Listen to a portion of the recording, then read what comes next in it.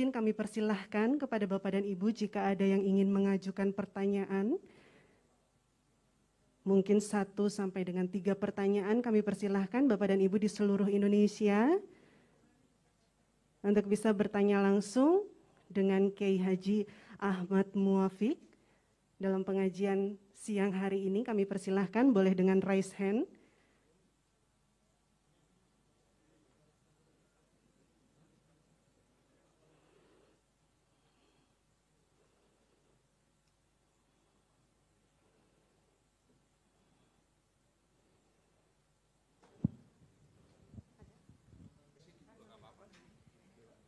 Baik, sepertinya sudah ada pertanyaan. Mohon izin Pak Kiai dari Kejaksaan Tinggi Kalimantan Barat akan kami tampilkan di layar. Kejaksaan Tinggi Kalimantan Barat. Baik, terima kasih Bu MC. Mohon izin atas perkenan dan izin Pak Jaksa Agung dan juga para pimpinan Kejaksaan Agung dari Kalimantan Barat dari keterangan tausiah Pak Ustadz Gus Muafiq. Mohon izin bertanya. Gus, saya termasuk orang yang terima kasih sudah beberapa kali dengan Gus Muafiq, saya dikasih ceramah dan alhamdulillah saya berkesempatan ketemu pada siang hari ini. Semoga ini dapat ridho dari Allah Subhanahu wa Ta'ala. Yang saya tanyakan yang pertama Gus, tadi Gus Muafiq menyampaikan bahwa sebenarnya dari lubuk hati yang paling dalam atau rohani ada kebaikan diri manusia untuk berbuat baik supaya lebih optimal. Tapi di sisi lain lahiriah atau ini gerakan yang dilakukan oleh setan itu menghalangi berbuat baik. Tadi disampaikan bahwa contoh-contoh ya, kita melihat orang, kita sebenarnya pengen tangannya itu berbuat untuk memberikan sesuatu yang sifatnya tapi dihalangi, akhirnya nggak jadi. Begitu juga keinginan dari lahir kita, dari mata, dari mulut, dari telinga untuk mendengarkan yang baik, tapi justru melakukan hal yang jelek sehingga keinginan rohani untuk yang dibawa pulang ini yang pada akhirnya tidak ada yang dibawa pulang untuk kembali menghadap Allah. Bagaimana kelihatannya supaya ada keseimbangan antara keinginan rohani yang didasari untuk melakukan kebaikan dengan keinginan rohani yang melarang itu. Atau kalau bisa ya kita supaya lebih banyak untuk membuat kebaikan.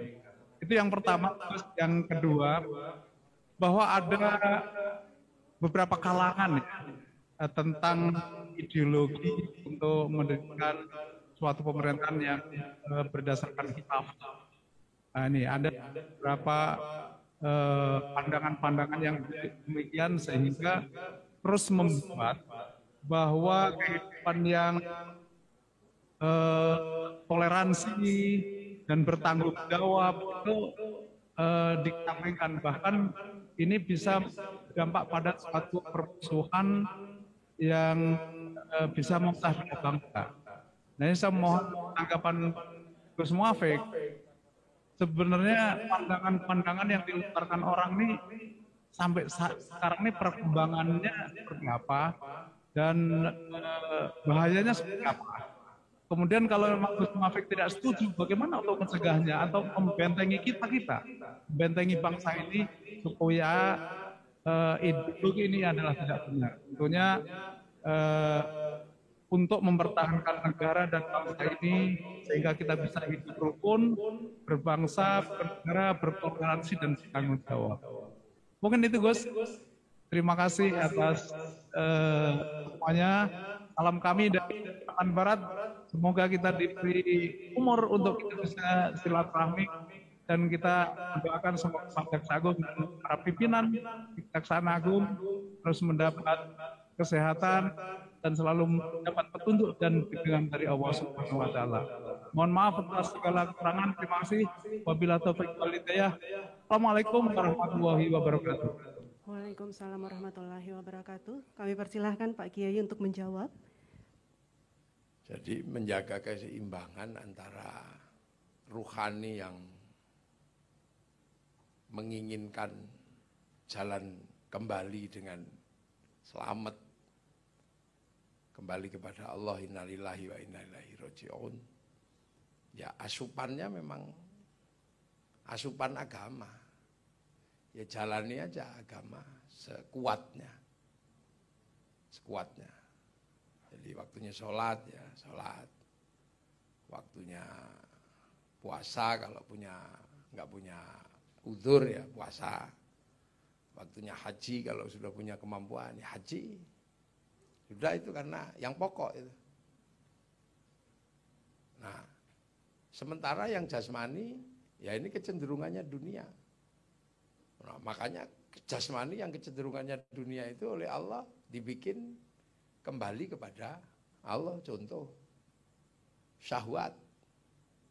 Jadi syahwat itu dunia. Syahwat itu dunia. Tapi oleh Allah syahwat itu diikat di dalam pernikahan. Pernikahan itu di hadapan Allah. Makanya membiayai syahwat itu kalau dikembalikan kepada keluarga itu juga akhirat. Gitu lah. Jadi misalnya anak, gitu.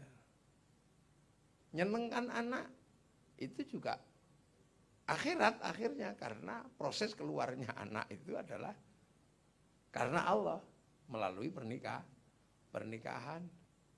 Ngajak istri ke mall dengan uang kita itu akhirnya menjadi akhirat. Karena membahagiakan istri itu adalah janji kita kepada Allah. Jadi sebenarnya syahwat yang demikian liar itu diikat gitu kan, diikat oleh Allah sehingga kemudian sesuatu yang terlihat seperti dunia itu menjadi akhirat kan gitu. Kita bikin rumah besar itu seperti dunia, tapi kita bikin rumah besar itu adalah karena tuntutan kita keluarga. Nah, kita membangun keluarga dulu dipersaksikan di hadapan Allah. Maka membangun rumah besar itu pun menjadi akhirat. Gitu. Malam minggu terus kita rekreasi ke puncak biar istri kita senang. Nah, itu juga akhirat akhirnya karena dulu kesepakatan keluarga itu di hadapan Allah. Gitu. Nah, termasuk kemudian membelanjakan. Gitu lah, membelanjakan kita. Kita punya ya dunia memang uang ini dunia. Tapi bahwa kemudian masjid itu didirikan untuk urusan kita kepada Allah, maka ketika kita memberikan sesuatu kepada masjid, uang itu menjadi akhirat. Jadi jangan dikira kemudian membahagiakan keluarga itu tidak akhirat, karena keluarga itu terjadi karena kesepakatan di hadapan Allah. Makanya memberikan mobil yang bagus untuk keluarga juga itu bagian dari akhirat sebenarnya. Ya asal tidak berlebihan. Gitu. Jadi sebenarnya manusia itu menyeimbangkannya mudah. Makanya kasih minum anjing misalnya dalam sebuah cerita tentang seorang perempuan yang dianggap sebagai perempuan yang tidak bagus. Ketika memberikan minum anjing, dia bisa masuk surga karena kesadaran bahwa anjing itu adalah ciptaan Allah yang tidak punya kemampuan untuk nimba air. Jadi kita jadi kembali itu, registrasi niatnya itu. Itu yang terkadang kita menganggap, oh itu kan dunia. Ya enggak. Anak kita sekolah, liburan, Pak aku pengen ke Eropa. Ya sudah kalau kita punya uang, kita kasih dia pergi ke Eropa. Nggak apa-apa. Kenapa? Karena anak itu dulu terlahir dari kesepakatan kita membahagiakan di hadapan Allah. Nah yang kayak gitu itu kadang kita lupa. Jadi seolah-olah itu dunia gitu. Itu bukan akhirat. Gitu. Kadang makanya dengarkan musik kelihatannya dunia.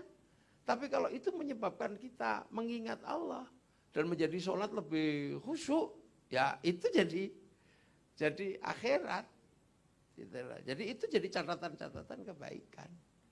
Karena apapun yang dibikin oleh Allah di muka bumi ini sebenarnya sebuah penghantar menuju Allah. Bunyi-bunyian itu Allah yang bikin di dunia ini. Lah kalau itu ritmenya kita menyebabkan kita dekat kepada Allah, ya itu.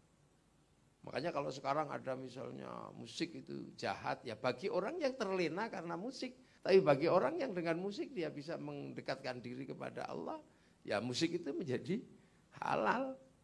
Tergantung itu aja. Jadi semua bisa dihantarkan. Menebang hutan, ya itu seperti dunia. Tapi kemudian dari situ untuk bangun masjid, ya itu akhirat. Jadi sesuatu yang terlihat dunia itu kadang malah menjadi akhirat. Tapi ada juga yang terlihat akhirat malah itu sebenarnya dunia. Nah itu kembalikan aja semuanya. Makanya makan itu juga. Makan itu terlihat dunia. Tapi ketika kemudian makan itu kita sadari dia bagian dari kita untuk bertahan beribadah. Dan makan itu menjadi rangkaian kehidupan banyak yang terlibat. Makanya doanya Allahumma barik lana, berkailah kami bukan berkailah saya. Nah itu juga menghantarkan kita kembali kepada Allah. Kepada Allah jadi enggak semuanya. Dandan gitu. Perempuan biasanya pengen cantik gitu. Itu terlihat seperti dunia. Tapi kalau itu kemudian membuat suami kita bahagia, rumah tangga kita menjadi tentram, ya itu jadi akhirat. Karena rumah tangga itu butuh ketenangan dan butuh ketentraman. Jadi semuanya bisa menjadi akhirat. Gitu. Jadi jangan dikira semuanya dunia. Pekerjaan jaksa ini. Makanya kan penyeimbang itu adalah kesadaran. Nah, kesadaran itu tentang kebaikan itu Rasulullah pernah menyatakan mayuridillahu bihi khairan yufaqihu fiddin. Siapa yang diberi kebaikan oleh Allah dikasih ngerti dalam urusan agama. Nah, pengertian itu sifatnya khairan itu sifatnya umum nakirah. Makanya yang sempurna kebaikannya itu hanya Allah. Kalau kebaikan manusia itu enggak sempurna. Makanya kalau kebaikan manusia itu pasti dengan yang lain. Enggak bisa berdiri sendiri. Ini pengajian baik, ya baik. Tapi yang paling baik misalnya ya saya di sini wong kiainya. Tapi saya enggak terlihat baik kalau enggak diundang sama Kejaksaan Agung. Nah kalau sudah situ baik saya apa baik Pak Amir kan? Ya sama-sama baik akhirnya. Nah pengajian ini menjadi baik karena bapak-bapak hadir di sini. Kalau bapak-bapak ibu-ibu nggak datang di sini ini bukan pengajian, ini cekson namanya. Udah semua itu baik nggak bisa di ini. Makanya orang nggak bisa. Kayak saya misalnya, saya bisa ngajari sholat yang paling baik. Saya ajarkan. Tapi ketika sholat itu harus menutup aurat, saya sudah nggak nyampe tentang akal saya tentang bagaimana membuat tutup aurat karena ini urusannya pabrik kain. Saya udah nggak nyampe. Saya bisa ajarkan bagaimana menjadi haji yang mabrur. Saya bisa. Tapi transportasinya saya udah nggak bisa mikir. Saya udah nggak nyampe. Itu urusan pesawat, itu urusannya orang Eropa, orang Yahudi, orang Nasrani. Jadi dunia itu kompleks, makanya jangan dikira kemudian yang terlihat dunia itu murni dunia, yang terlihat akhirat itu. Karena akhirat nggak bisa berdiri sendiri. Itu. Kita bersedekah ya karena ada orang miskin. Nah miskin itu strukturnya kan banyak. Nah itulah. Jadi makanya yang penting kita punya keseimbangan kesadaran bahwa baiknya manusia itu nggak bisa berdiri sendiri, itu aja. Nah tentang ideologi-ideologi yang ini kan ideologi-ideologi yang sebenarnya sudah dicoba tapi gagal gitu lah. Ikhwanul Muslimin misalnya kan problem solvingnya orang Mesir. Nah ternyata di Mesir gagal.